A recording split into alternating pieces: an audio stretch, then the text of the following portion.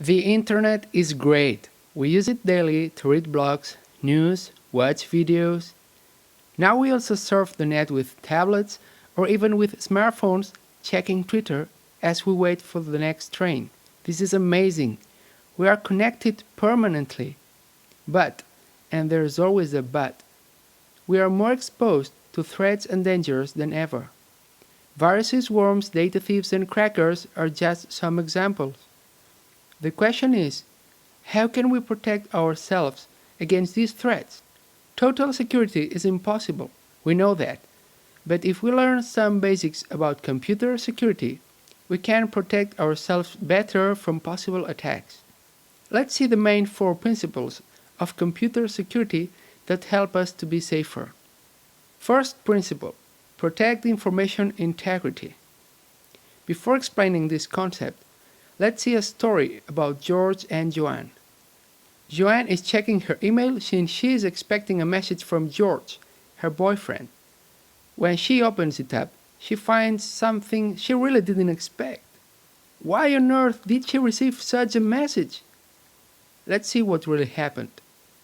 George is totally in love with Joanne. Suddenly, he's inspired to write her a message. George sends his email, but how unlucky, his message is intercepted by a cracker. The cracker is very bored and decides to modify George's message before resending it to Joanne. And you already know the rest of the story. Joanne doesn't know that the message has been modified by another person and she is very angry and wants to split up with George. This is an example of data integrity alteration. The modified information can be a text, an image as the one you see in your screen, a file. If you receive this image, you think that it is the same one that the sender attached. But it could happen that the sender attached this image, but you received this one. You'll probably think that this is the original image that was sent to you. When somebody modifies data without authorization or permission, we say that the data integrity has been altered, either because of some modification or because of some deletion. A possible solution for George and Joanne consists of using an email client such as Thunderbird instead of using a webmail interface. This way, George could digitally sign his messages. This is something similar to seal an envelope with wax. If you send your message and somebody who is not authorized opens it, the receiver will notice that the message was read and might have been altered. The second principle of computer security is guarantee data confidentiality. Before explaining its meaning, we'll first see another story. George convinces Joanne not to split up with him. He goes to visit her and brings her a surprise. He wanted to send it by email, but after all the fuss about the email incident, he prefers to go in person. But George has a bad day and he loses his pen drive. After a while, a man sees it and picks it up. He goes home and once there, let's see what we have here. Okay, which one of these folders would you check first? Exactly, the photos folder, which is what the man chooses. He finds out a photo session of George as a special gift for Joanne. The man can't help laughing about this funny situation. Well, funny for him, but not for George or Joanne, the only ones that had to see these pictures. Let's talk now about confidentiality.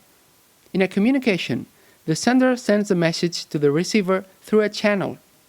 That message could be intercepted by a third person.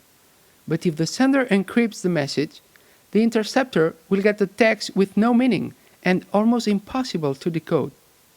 That is confidentiality, when only authorized people have access to private data. And encryption is one of the widest methods used to assure this privacy. In our case, the solution is so simple as using software to encrypt and decrypt the information. TrueCrypt is a free open-source disk encryption software for Windows, Mac, and Linux that allows easily to protect your data. The third principle of computer security is assure resources availability. And these resources can be hardware, such as hard disk, or software, such as files, folders, or applications. Suppose that we have a web server with an online store working 24 hours a day, 7 days a week. Everything is going well, and the company is earning money and customers are satisfied. Until one day, the server's hard disk fails and the online store stops working.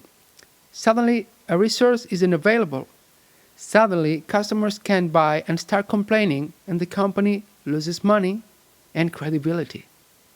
This is something similar to when you are hungry and want some cookies. You look for the jar of cookies, and there are always cookies. And if you run out of cookies, then your mother appears with more cookies to fill the jar and your belly. That is availability. You have cookies whenever you want them. In computer security, availability refers to the fact of having access to your resources whenever you need them. Again, the solution is rather simple.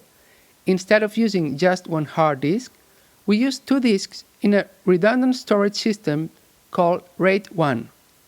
With RAID 1, everything in the first disk is duplicated in the second one. If a hard disk fails, the system has the other one with all the data to run the server. Customers will continue buying things because the web server will still be available and the company won't lose money. And the last principle we'll see of computer security is establish non-repudiation mechanisms. The last story is about 2 friends talking by Skype, George and Sarah. George is inviting Sarah to come to a party at his place. Every guest will bring something, and George tells Sarah to bring beer. Sarah agrees and says that she will bring lots of beer.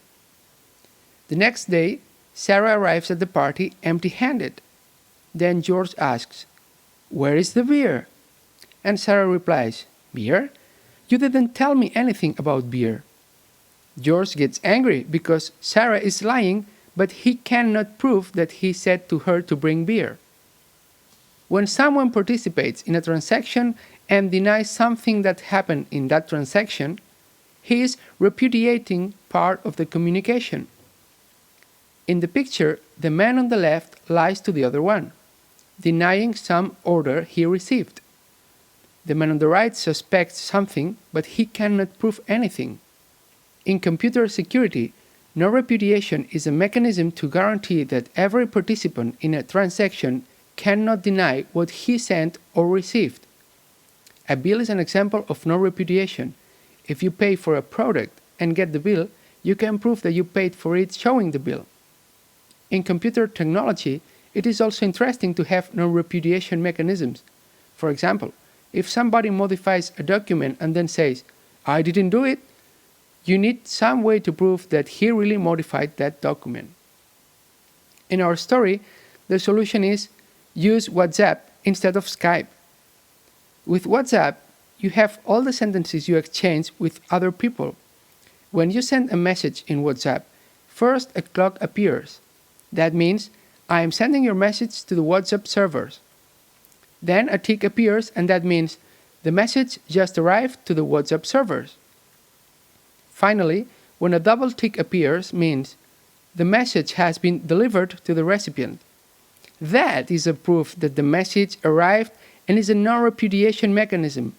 Moreover, if the recipient sends you back a written confirmation such as, "No worries mate, I'll bring beer for everybody," then you have even more proofs in the case he arrives at your party empty-handed. To sum up, we just learned 4 of the computer security principles: integrity, confidentiality, availability, and non-repudiation.